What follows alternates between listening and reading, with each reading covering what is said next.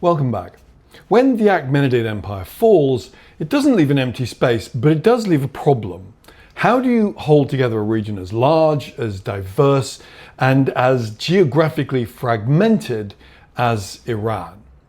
Alexander offers one answer: conquest, followed by the attempt to fuse Macedonian and Persian elites into a single ruling class.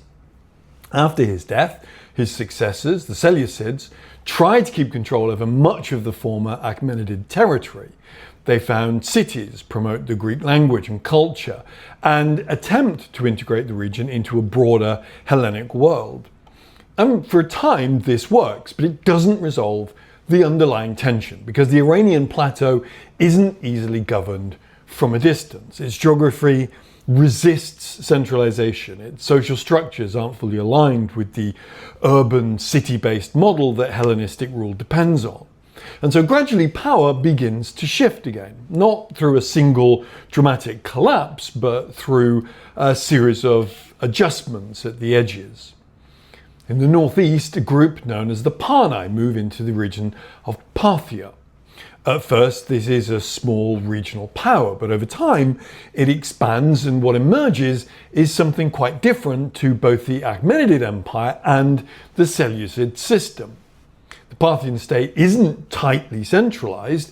Instead, it's structured around aristocratic families, powerful clans who control land, resources, and military forces.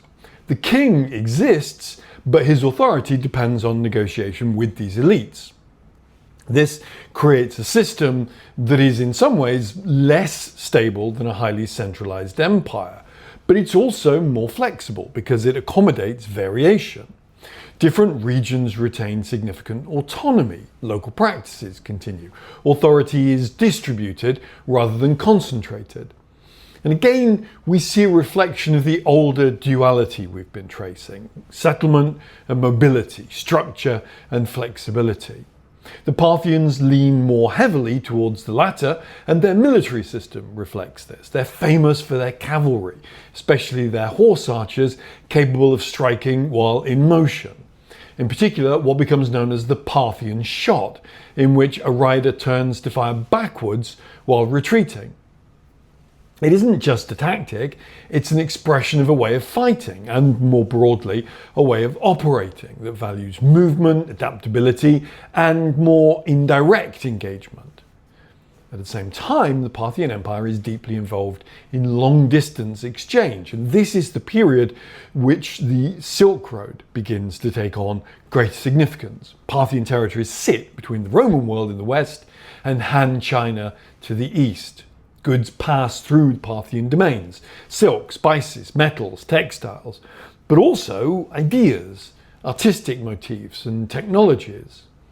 In this sense, the Parthian Empire is less about imposing a single cultural model and more about enabling connection. It's a different kind of imperial logic, but it comes with limitations, because the decentralized nature of Parthian rule makes it difficult to project consistent authority. And this becomes particularly visible in their long-running conflict with Rome. The frontier between the two powers isn't fixed. Campaigns are launched, territories are contested, victories are claimed and reversed. And one of the most famous encounters takes place at Carrhae in 53 BCE. The Roman army, led by Crassus, advances into Parthian territory, expecting a relatively straightforward campaign. Instead, it finds Parthian cavalry tactics that it's unprepared for, and the result is a decisive Roman defeat. Crassus is killed, Roman prestige suffers. But even that doesn't lead to a stable outcome. Neither side is able to permanently dominate the other. Instead, what develops is this long-term rivalry, a pattern of conflict without final resolution. But that drags things out, and that's not what the Parthians need. Over time, the limitations of the Parthian system become more apparent, as internal divisions among aristocratic families lead to challenges to royal authority and difficulty in maintaining consistent administrative control. By the early 3rd century CE, a new power emerges from within the Iranian world itself: the Sasanians. Their founder, Ardashir I, begins as a local ruler in Persis, roughly the region of modern Fars. He defeats the last Parthian king and establishes a new dynasty.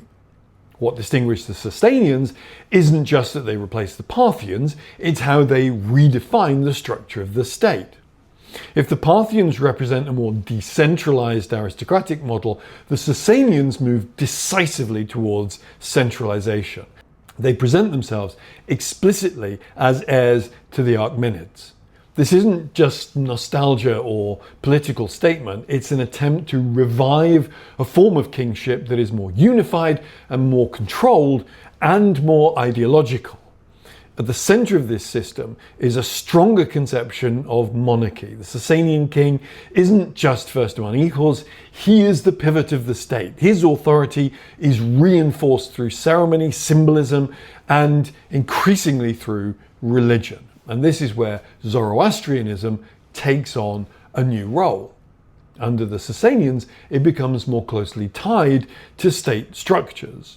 There's a more defined priestly hierarchy. Texts are compiled and standardized. Ritual practices become more clearly regulated. And the relationship between religious authorities and political authorities becomes more formalized. That doesn't mean that all subjects of the empire are Zoroastrian. The Sasanian realm remains diverse. It's home to Christians, Jews, Manichaeans, and others. But Zoroastrianism now functions as a kind of official framework. It provides a language for legitimacy and support for the idea of a morally ordered kingship. It reinforces the connection between truth, authority, and stability that we saw earlier. At the same time, the Sasanians invest heavily in material expressions of power. Their architecture is monumental. Sites like Ctesiphon feature vast vaulted halls, structures designed to impress, to create a sense of scale and of permanence. Reliefs carved into cliffs depict kings receiving divine sanction, triumphing over enemies, participating in a cosmic order that extends beyond the human realm. Court culture becomes more elaborate. Ceremony, dress, hierarchy are all carefully structured, and all this reinforces the centrality of the king. And again, there is a major external counterpart, Rome, by now transformed into the Byzantine Empire. The Sasanian-Byzantine rivalry becomes one of the defining features of late antiquity. Again, this isn't a single continuous war, but a series of conflicts, truces, and renewed confrontations stretching over centuries. Territories like Armenia and Mesopotamia become zones of constant contestation. Cities change hands, frontiers shift, but neither side is able to eliminate the other. Instead, they shape one another. Military strategies evolve in response to the repeated encounters. Diplomatic practices become more sophisticated. Even cultural forms show signs of interaction. Artistic motifs, luxury goods, and court practices move across the frontier. So this prolonged rivalry has a paradoxical effect. Unlike with the Parthians, where the long drawn-out conflict exposed the weakness of their system, here it strengthens both empires, forcing administrative refinement, military innovation, and ideological clarity. But eventually, over time, it also exhausts them. By the early 7th century, after yet another intense wave of warfare, both the Sasanian and the Byzantine states are exhausted. Resources are depleted, internal stability is fragile. And at just that moment, a new force emerges from the Arabian Peninsula, Islam. Within a few decades, the Sasanian Empire collapses and its political structure disappears. But as before, that's not the end of the story, because what the Sasanians leave behind is substantial. Their administrative practices influence the early Islamic caliphates. Their court structure is adapted and transformed. Their artistic styles continue to circulate. Even elements of their legal and fiscal systems are preserved. And most importantly, the idea of Iran, a distinct cultural and political space, remains. By now, it's been reconfigured multiple times. Elamite, Indo-Iranian, Achaemenid, Parthian, Sasanian, each layer modifying what came before, none of them erased completely.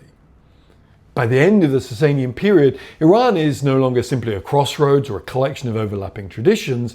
It has become a recognizable entity, one that has developed multiple ways of organizing power, one that has integrated religious and political thought, one that has learned repeatedly how to survive transformation.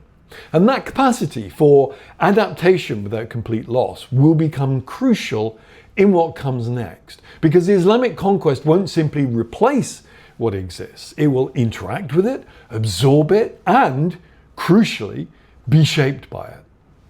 In the next episode, we move into that transformation, into a world in which Iran is no longer politically dominant in the same way, but becomes something else instead, a cultural engine, a source of language, of literature, philosophy, and art that extends far beyond its own borders. The empire will be gone, but the civilization will expand. Join me for that. But for now, have a great day.